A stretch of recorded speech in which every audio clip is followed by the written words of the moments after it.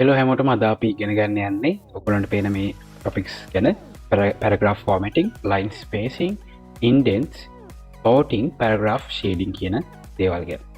අපි ඉස්සෙල්ලාම home tab එක ක්ලික් කරගන්නවා මෙතන.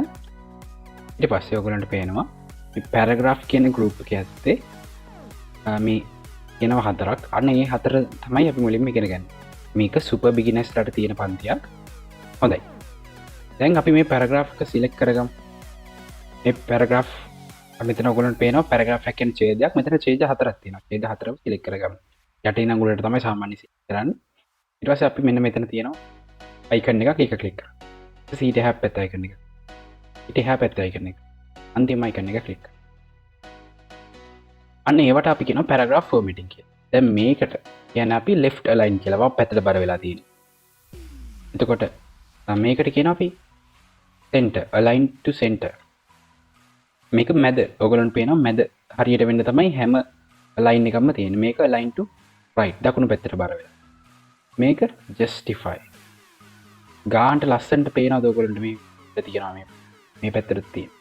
අපි එතකොට justify කියන එක තමයි පාවිච්චි කරන්නේ ගොඩක් වෙලාවට report හදද්දී.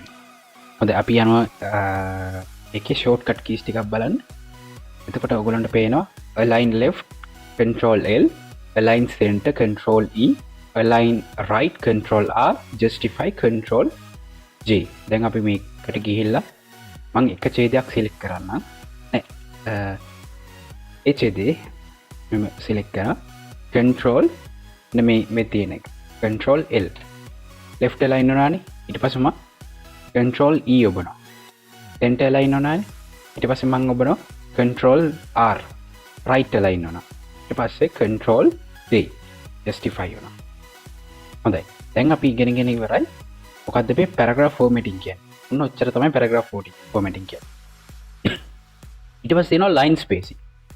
line spacing කියන්නේ paragraph එකක දැන් මේ paragraph එකේ lines තුනක් තියෙනවා. මේ දෙවෙනි paragraph එකේ. paragraph එකක line දෙකක් අතර තියෙන දුර. දැන් මම මෙතන මේ paragraph එකේ මුලින්ම cursor එක මේ විදිහට තියලා click කරලා මේ මෙතනින් තමයි line spacing හදන්නේ. මේ මෙතන පොඩ්ඩක් ගිහිල්ලා move through කරලා බලන්න. line spacing වැඩි වෙනව නේද? නේ? ආන්න අඩු වෙනව අනිත් පැත්තට. එතකොට line spacing කියන්නේ අන්න ඒ වගේ. ඊට පස්සේ මම මේ paragraph දෙකක් select කරනවා. අර cursor එක තියන්න නැතුව. එතකොට මේ දෙකේම line spacing වෙනස් වෙනවා. මම මේ line spacing වැඩි කරා. එතන line spacing අඩු කරා. එතකොට line spacing වල අපි advanced option වලට ගියාම දැන් මේ තුන්වෙනි paragraph එක මම select කරනවා. එහෙම line spacing මේ පොඩි arrow එකක් තියෙනවා. ඒක click කරලා add space line spacing options එකට. ඒකට ගියාම අපිට තියෙනවා මේ indents and spacing part එක. මේක මම ඒක දෙනන්නේ ඊළඟට. එතන spacing before කියලා තියෙනවා. ඒ කියන්නේ මේ paragraph එකට උඩින් තියෙන paragraph එක කොච්චර ස්පේස් එකකින් තියෙනවා. දැන් මේක මම වැඩි කරා ස්පේස් එක. ඊට පස්සේ ඕකේ දුන්නා මොන ස්පේස් එක වැඩි වෙනවා. දැක්කද? ඊට පස්සේ මම line spacing කියලා after මේකට පස්සේ තියෙන paragraph එක කොච්චර දුරින් තියෙනවද මම ගොඩක් වැඩි කරා. මම යටටම යයි. දැක්කද? අන්න ඒ විදිහට අපිට line spacing වෙනස් කරගන්න පුළුවන්. line spacing option යොත් මෙතනින් ඔයගොල්ලන්ට line space එකක් දෙන්න පුළුවන්. 1.1 කියමු. මේක paragraph එකට අදාළ නේ. ඊට පස්සේ මම OK කරනවා. අන්න ඒ විදිහට මම දැන් Ctrl Z දුවනවා. Ctrl Z තිබ්බ තැනටම ගන්න. හොඳයි. අපි දැන් ඉගෙන ගත්තා line spacing කියන්නේ. දැන් අපි ඊළඟට ඉගෙන ගන්නේ indents. indents කියන්නේ දැන් මම මේ paragraph එක click කරනවා. click කරනවා නෙවෙයි select කරනවා. select කරලා මෙන්න මේ ගොල්ලන්ට පේනවද? මේ ඊතර දෙකක් දෙපැත්තට තියෙන්නේ. මේකට අපි මේකේ දකුණු පැත්තේ කවුරුම් ඒක increase indent. මේ පැත්ත decrease indent. indent එක අපිට increase indent tab එක use කරලා කරන්න පුළුවන්. decrease indent අපිට පුළුවන් shift එකයි tab එකයි. එතකොට මම මෙතන මේ word document එකේ දාගන්න. ඔයගොල්ලෝ දැන් මතකින් මාත් එක කියන්න. indent එක කොහොමද? Ctrl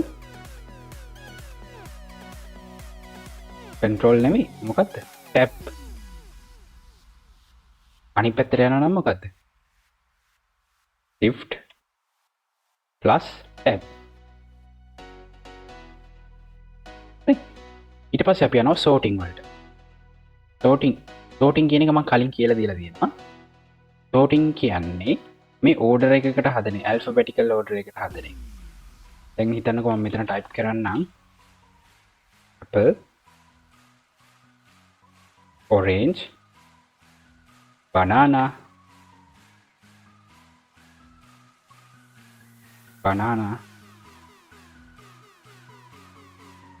berry දැන් මේ හතර මම සිලෙක්ට් කරලා දැන් බලන්න මේක ඕඩර් එකට නෙවෙයි තියෙන්නේ කියන්නේ ආකාරාදී පිළිවෙල කියලා සිංහලෙන් කියන්නේ අන්න ඒ විදිහට ඕඩර් එකකට නෙවෙයි කියන්නේ නම් තව පළතුරක් දාගන්නම් මැංගෝ හරි දැන් මේ ටික සිලෙක්ට් කළා මම මේක එවපු ගමන් එහෙම වින්ඩෝ එකක් එනවා ඊට පස්සේ ascending click කරලා මම text දෙනවා text කියන්නේ අකුරු ගත්තොත් A ඉඳන් Z වෙනකම් ascending කියන්නේ ආරෝහණ පිළිවෙල සකස් වෙන්නේ කියලා. ඔන්න බලන්න පළවෙනි එකට apple, දෙවෙනි එක banana, තුන්වෙනි එක berry, හතරවෙනි එක orange. නෑ හතරවෙනි එක mango, අන්තිම එක orange වෙනවා. ඕකේ දෙනවා. හරි. ඔන්න ආපහු කරලා descending දෙනවා ඒකම. ආපහු ක්ලික් කළා ඕකේම අනිත් පැත්ත ගහනවා. ඔන්න බලන්න. මේක තමයි මේකෙන් වෙන්නේ. මේකේ තව තියෙනවා අපිට numbers තිබ්බොත් ඒ විදිහට ascend descend කරගන්න පුළුවන් date එක තිබ්බොත් ඒ විදිහට ascend descend කරන්න පුළුවන් මේ date එක කියන එක ගොඩක් වැදගත් ඔයගොල්ලෝ මේක try කරලා බලන්න කියලා හරි දැන් අපි ඉගෙන ගත්තා